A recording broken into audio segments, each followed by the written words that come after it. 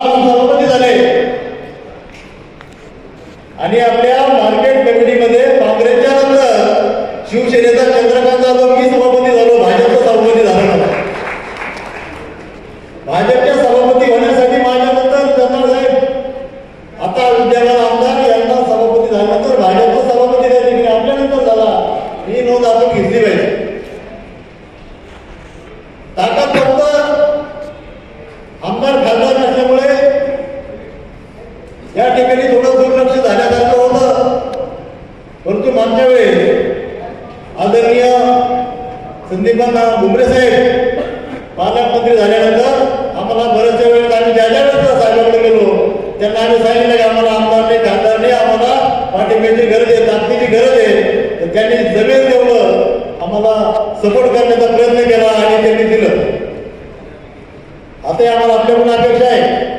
मला वाटतं आपल्याकडे जबाबदारी खूप मोठी आहे.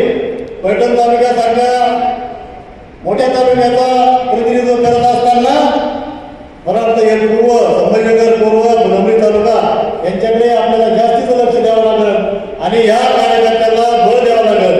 या ठिकाणी आम्हाला आमचं हक्काचे आमदार म्हणून तुम्हीच असले पाहिजे असे आम्हाला आमच्या तालुक्याच्या वतीने या संभाजीनगर फुलंब्री या दोन्ही तालुक्याच्या वतीने आपल्याकडून अपेक्षा आहे. हे करत असताना नगरपंचायतचा विषय आता मागे झाला.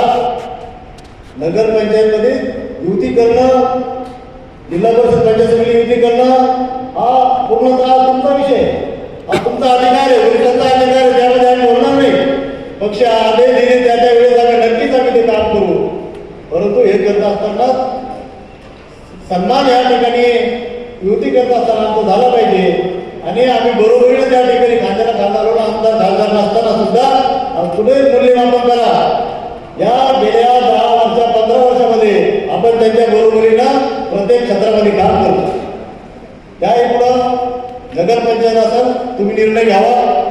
आमच्याकडं आम्ही काल बाबा बैठक घेतली. त्या बैठकीने सांगितलं बाबा ठीक आहे आपण नगरपंचायत निवडणूक लढणार का.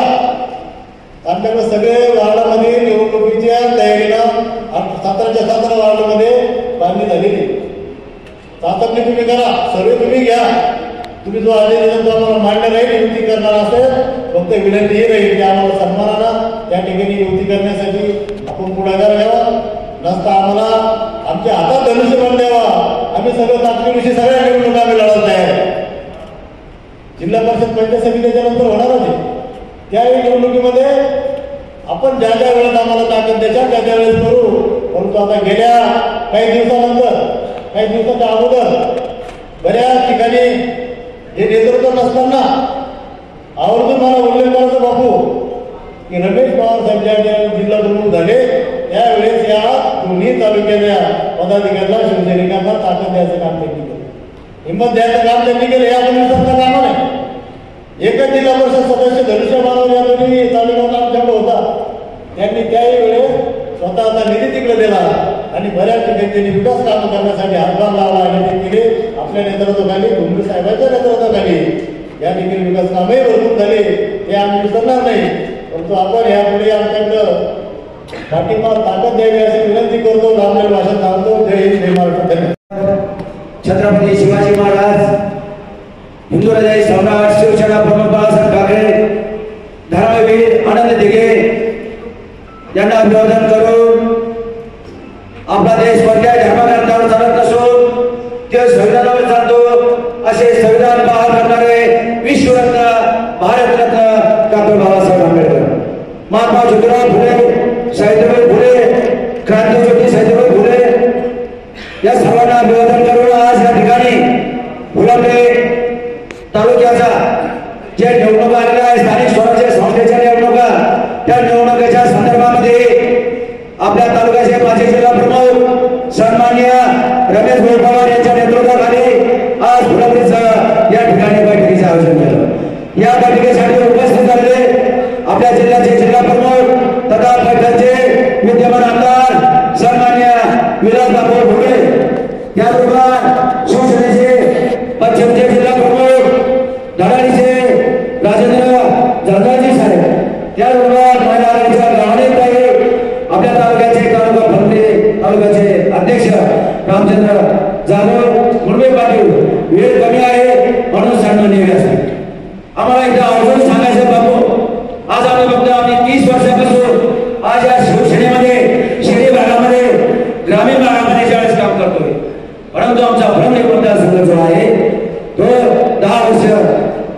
विद्यमान जे खासदार आहे कल्याण काळे साहेब यांनी 10 वर्ष तो मतदारसंघ उभवला. त्यानंतर विरोधाकडे बसून मी बघतोय की भारतीय जनता पार्टीचं आमच्या तालुक्यामध्ये वर्चस्व आहे. परंतु आपला शिवसैनिक जो आहे, शिवसैनिक जो आपल्या इलेक्शन आल्यानंतर अहोरात्र मेहनत घेतो आणि तो मेहनत करीत असताना तेव्हा त्याच्यावर अन्याय होतो. कारण की भारतीय जनता पार्टीचं आमच्या तालुक्यामध्ये वर्चस्व असल्यामुळं की आमच्या शिवसैनिकाला त्या ठिकाणी न्याय मिळत नाही. अन्यायाला आपण वाचा ठेवली पाहिजे. म्हणून येणाऱ्या स्थानिक स्वराज्य संस्थेमध्ये मी बापूंना विनंती करतो, जर आपण फलतेमध्ये वरच्या लेवलला कोणत्या परिस्थितीमध्ये युती करा आणि युतीच्या माध्यमातून आपले जिल्हा परिषद सदस्य आणि पंचायत समिती या सोडून घ्या. कोणत्याही परिस्थिती सोडून घेतल्या तर आपला शिवसैनिक सुद्धा रुबाबून आपल्या तालुक्यामध्ये काम करेल. आज परिस्थिती अशी की आज आपल्या विद्यमान आमदार जे अनुरोध होते, आम्ही ज्यावेळेस भाऊ आम्ही युती धर्म पाळण्याचा प्रयत्न करतो. तुमच्यावरून आदेश असतो की युती धर्म पाळ, पण आम्ही ज्यावेळेस त्यांच्या कार्यक्रमामध्ये जातो तर त्या ठिकाणी आमचं सादर त्या ठिकाणी नाव घेतलं जात नाही किंवा सेनेचे जिल्हा प्रमुख आहे, उपजिल्हा प्रमुख आहे, तालुका अध्यक्ष आहे, सरकार प्रमुख आहे, शाखा प्रमुख आहे, गट प्रमुख आहे, साधं नाव ही भारतीय जनता पार्टीच्या व्यासपीठावर त्या ठिकाणी घेतलं जात नाही. आमच्यावर अन्याय, पण अन्याय जो आमच्यावर 20 वर्षापासून आम्ही अन्याय होतो आमच्या बरोबर आणि मागच्या विधानसभेमध्ये रमेश भाऊ जे आपले जिल्हा प्रमुख होते, रमेश भाऊने या फुलंब्री तालुक्यामध्ये आपला शिंदेगड जो आहे शिवसैनिक आहे त्याला जिवंत करण्याचे काम केलं. त्याला आपला शिवसैनिक झोपलेला होता, त्याला दुजामन देत होता की त्याला असं वाटत होतं की इथं भारतीय जनता पार्टीचं वर्चस्व.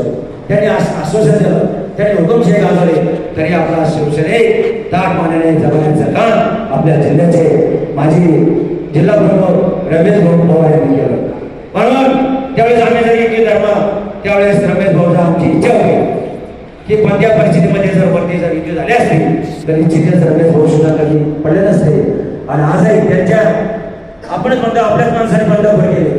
महाराष्ट्रामध्ये जर बंडखोरी जर खऱ्या अर्थाने जर कोणी केली असेल तर भारतीय जनता पार्टीने बंडखोरी केली. प्रत्येक ठिकाणी आपले जे आमदार आहे शिंदेगड असेल ते पाडण्याचा प्रयत्न झाला. म्हणून आम्ही ठरलं की ते जर महाराष्ट्रामध्ये जर अशा प्रकारे जर शिंदेगडाच्या जिल्हा परिषद पंचायत समिती जर अन्याय करत असेल तर आपणही सुद्धा त्या ठिकाणी बंडखोरी म्हणून अडचण आहे. म्हणून या ठिकाणी मला या ठिकाणी 2 शब्द संधी या ठिकाणी दिले.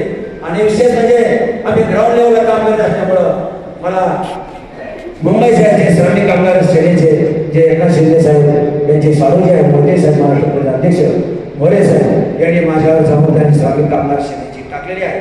आणि ती निश्चितच आम्ही कामगार सेनेच्या माध्यमातून या ठिकाणी आम्ही पाळल्याशिवाय राहत नाही. 1 मिनट में जिंदगी नहीं बदलती, अरे 1 मिनट में जिंदगी नहीं बदलती, परंतु 1 मिनट में लिया हुआ फैसला पूरी जिंदगी में बदल सकता है, पूरी जिंदगी में बदल सकता है. म्हणून मला आपल्याला सांगायचं 1 मिनिटात फैसला घ्या आणि कोणत्या परिस्थितीमध्ये फुलंब्री तालुक्यामध्ये पंचायत समिती आणि जिल्हा परिषद सोडून घ्या. और जो पड़ोसी टकराता है उसे तूफान कहते हैं, और जो तूफान से टकराता है उसे